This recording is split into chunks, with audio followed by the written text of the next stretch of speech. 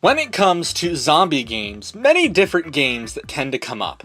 Mostly things like Left 4 Dead and Back 4 Blood, Dead Island, and probably one of the more infamous, Dying Light. With both the recent release of Dying Light 2 and in February of this year, and recently doing a Dying Light styled video during Nostalgia Month, I figured that I needed to make a proper video showcasing a little bit more on this title. This game is a game that stood out for its amazing open world, combat and survival skills, and unique and engaging story and characters. And being a zombie game, it truly revolutionized what it meant to be a zombie game, from its combat, art style, and appearance. With this, it's time to prepare your visas to set sail for Harran, grab your metal pipes and your swords, and prepare for one of the best looking games, in my opinion, from the Xbox One generation. It's time to play Dying Light, the true zombie apocalypse.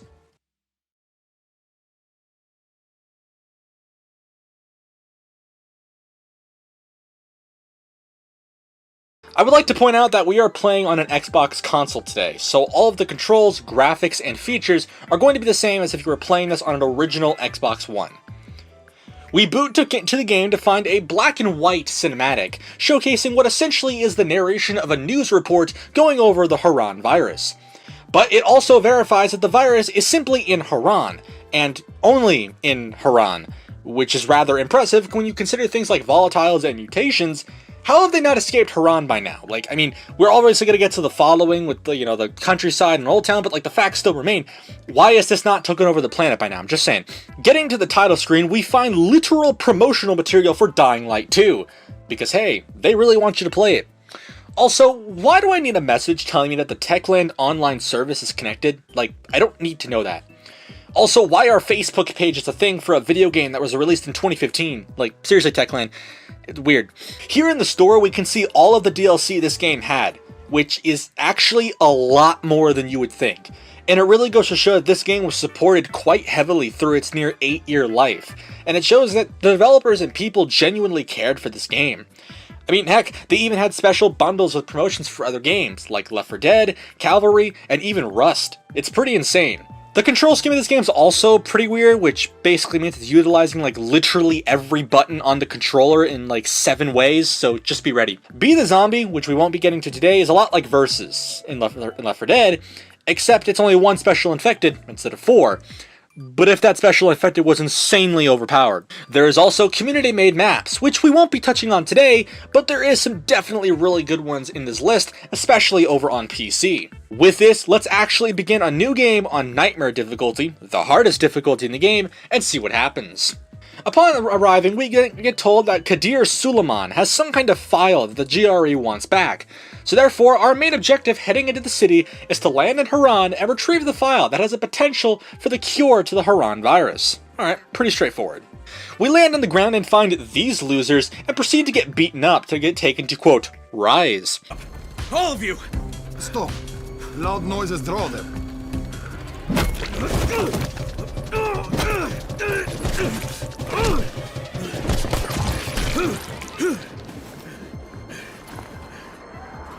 Fall back! Fall back! We then shoot one down, they run for it, and then a zombie runs up and bites us in the arm. Suddenly, a pair of people named Jane and Amir show up and help us get to safety. However, it's here that we get to see our first character death via Amir dying from the horde.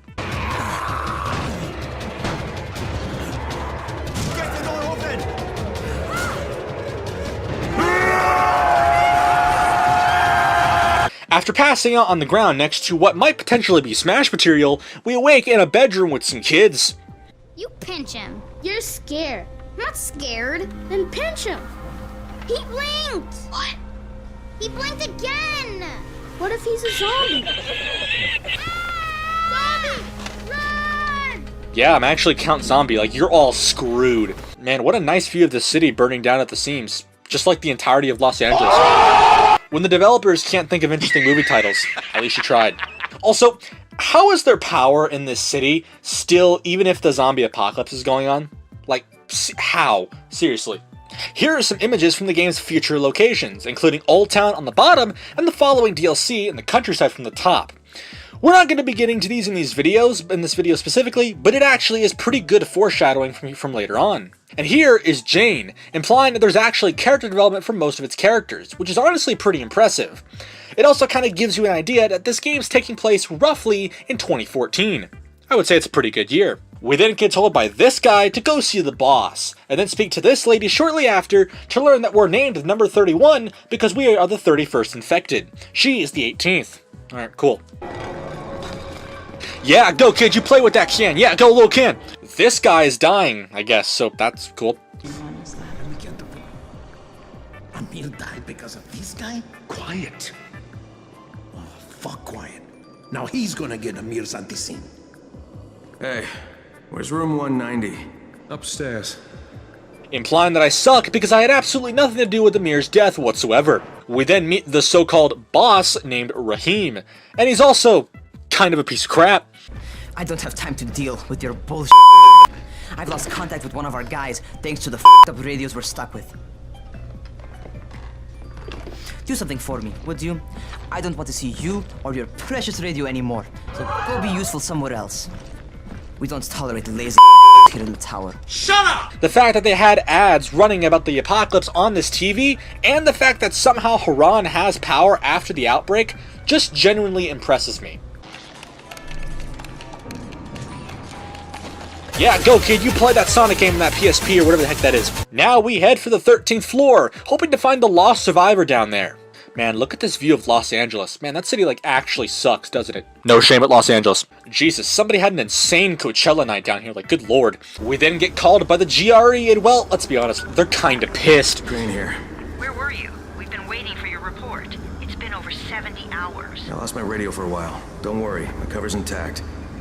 No contact with the tower's leader yet. Unable to confirm identity. I'm taking steps to blend in. Then you'd better get your hands on some antizen ASAP, Help! hadn't you? Help! Somebody! Someone then calls for help midway through the call, and now we gotta go grab a metal pipe to smoke weed. Alright, let's go!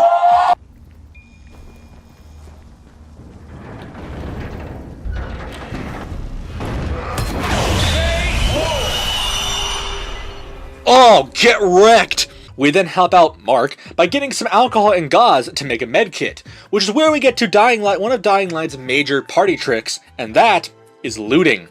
Pretty much nearly everything is lootable in this game, whether it be chests, baskets, fridges, containers, garbage cans, pretty much anything, which in turn makes exploration a pretty massive part of this game.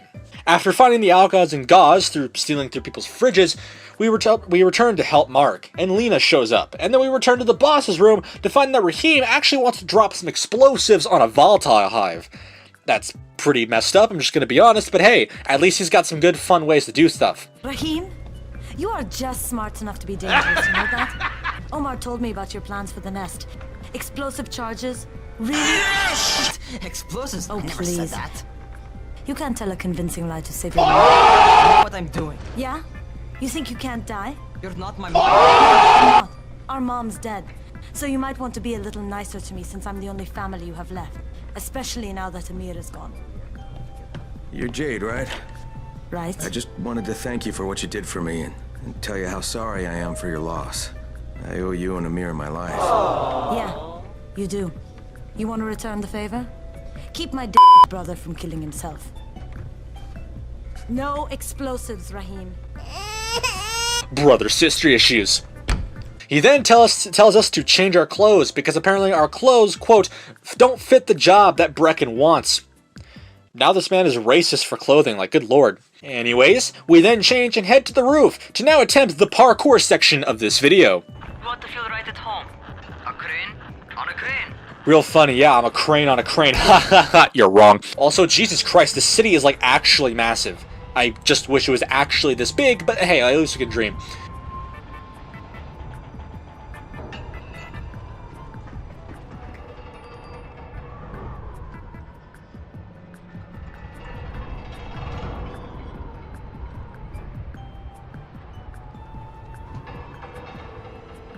We then make a pretty big jump and begin the parkour segment.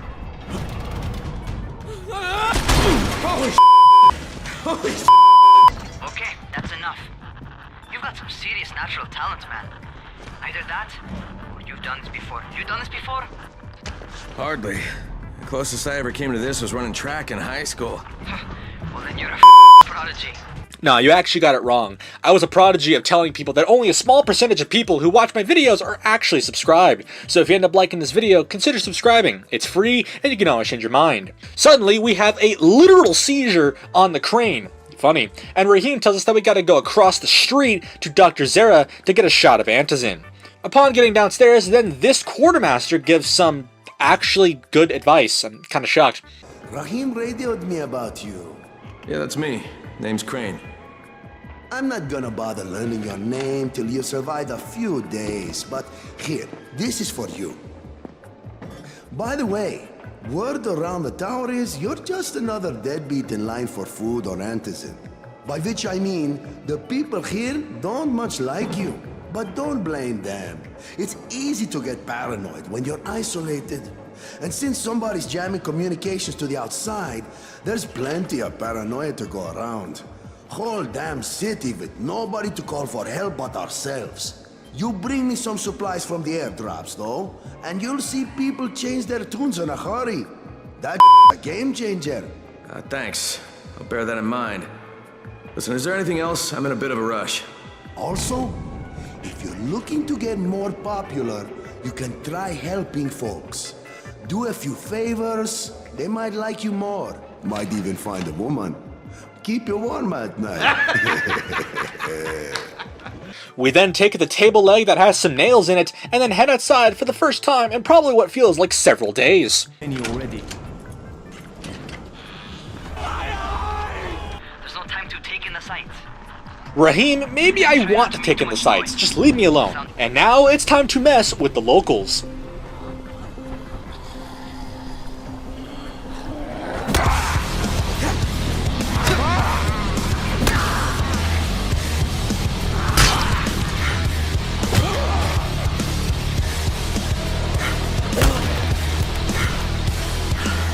It is in this moment, after hitting the zombie several times, that I realized that we're on nightmare mode, so maybe killing zombies is not the best idea at this moment in time.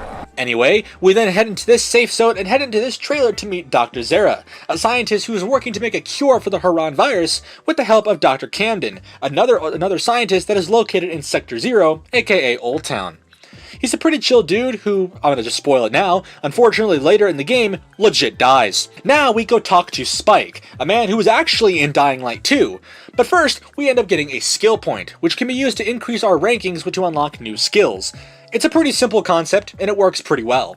After this, Spike then explains that there are two different types of airdrops. There are ones that are, and the ones that drop antizin are the ones that we want. In doing so, Spike tells us that we gotta arm some traps so that the night team can go get these airdrops. It's honestly a pretty straightforward mission. We then return to this car outside the tower and arm what I'm going to assume is probably the car alarm, and then drop it to a safe area shortly later that we gotta activate.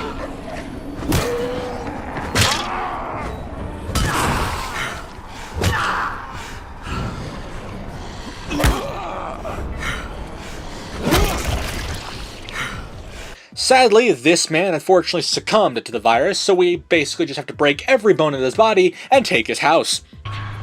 Finish it. Just don't let him suffer.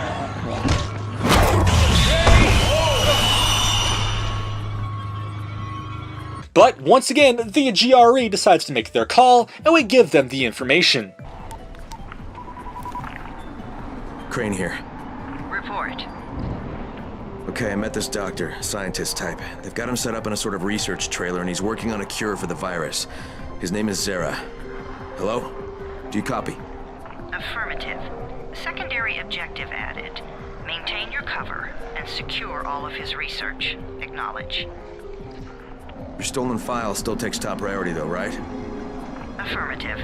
We find it unlikely that a single researcher working out of a trailer could produce any significant results.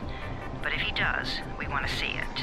And now we abuse a black man to get a cure. Man, the GRE kinda sucks. Several climbing and breaking of some limbs later, we make some firecrackers and arm some cars in the street. Alright, pretty straightforward.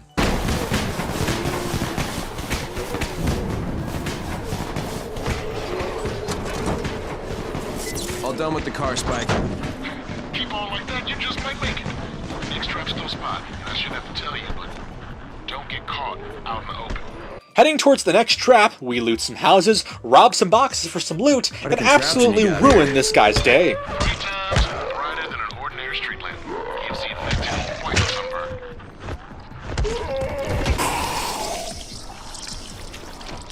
Suddenly, after arming a trap, the power grid in the district goes down, and now we gotta go turn on the substation to get the power back on. However, it's when we get there we find the man, the myth, the absolute legend that is zombified Dwayne "The Rock" Johnson. It's about 70 seconds later in this fight that I realize that I don't actually need to fight him at all, and we eventually do sneak in and turn on the power. And now, equipped with a leg from what I'm going to assume is my mom's table, we journey through the dark towards the safe zone, in which we murder this chick in cold blood and rob pretty much everything inside her fridge.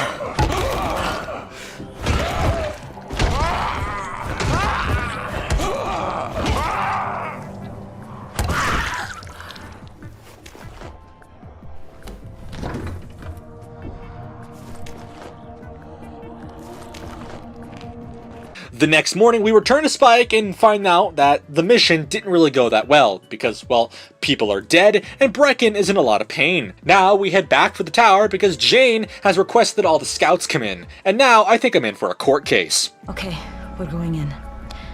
Act confident. Brecken? Lena? Maybe you can get through to him. Jade, who's your friend? Kyle Crane. Look, Brecken, the last thing we need is for you to go back out there. We can figure out another way without jeopardizing you. Right, Crane? I'll go. I'll do it. Right. Yes. Crane will go. He'll be happy to. Jesus. No offense, friend, but you're as green as grass. You can't just... Crane will manage. He'll start in the right spot. And Lena's right, you need to be here taking care of the towers, convincing them the world's not over yet. Oh, hell. Maybe one more try before we go to Rice. Yeah, okay, fine. After this, we now get the task for going to the next airdrop before Rise and his men get there.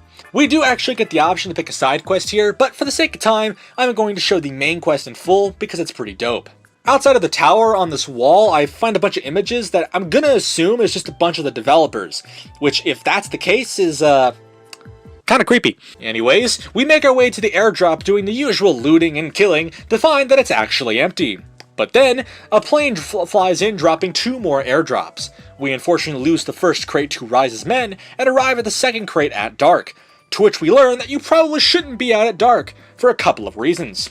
1, you're gonna have to battle with some zombies like we did, and after looting the crate, things will happen. But in the process of looting this crate, the GRE calls and tells us that we have to burn all of the antizin. We do so, lie to Jane, informing that there is no antizin, and then the darkness hits, the nightmares wake up, and the volatiles show up, and now it's a race against the clock back to the tower.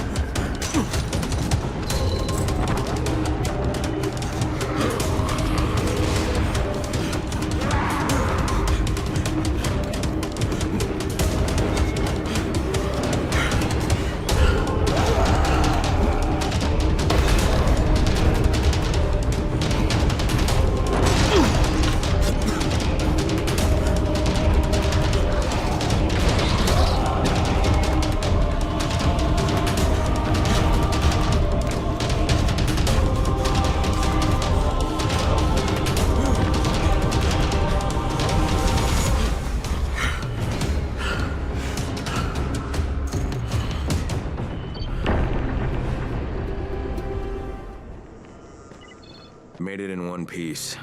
Now I know how Brecken must have felt running at night. It is no picnic. Gotta report to him and tell him I don't have any antizin.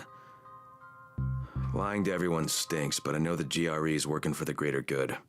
Okay, but if you like lying, then why did you do it in the first place, Crane? You didn't have to lie. Just saying. We now return to a court case. Brecken, come on. I mean, we need antizin.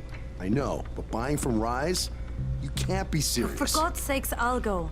I'm not scared. Absolutely not. We've discussed that already. We didn't discuss it. You just decided that I'll go.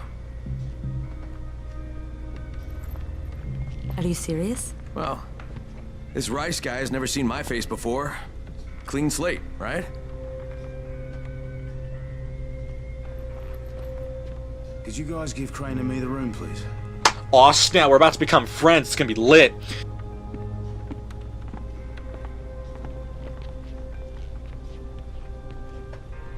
You sure you're up for this? Has to be done, doesn't it? Well, I'm not gonna argue.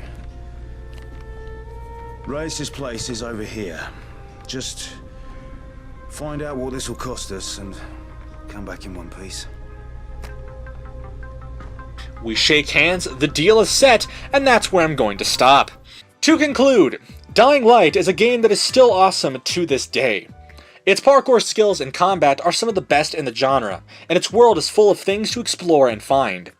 Its enemy types are varied, with many that we didn't see today being the most memorable in the series. Its sequel delivers on this even further and builds upon it, and while Dying Light 1 is now over and done, its long-term support is something that is very rarely seen in gaming, whether it be in this genre or a different one. It is a game that I intend to purchase on PC eventually, and maybe even make more videos on it in the future. But for now, I'm just gonna leave it here. My name is PandaPowerSauce, remember to stay saucy, and I'll see you in the next one. Later.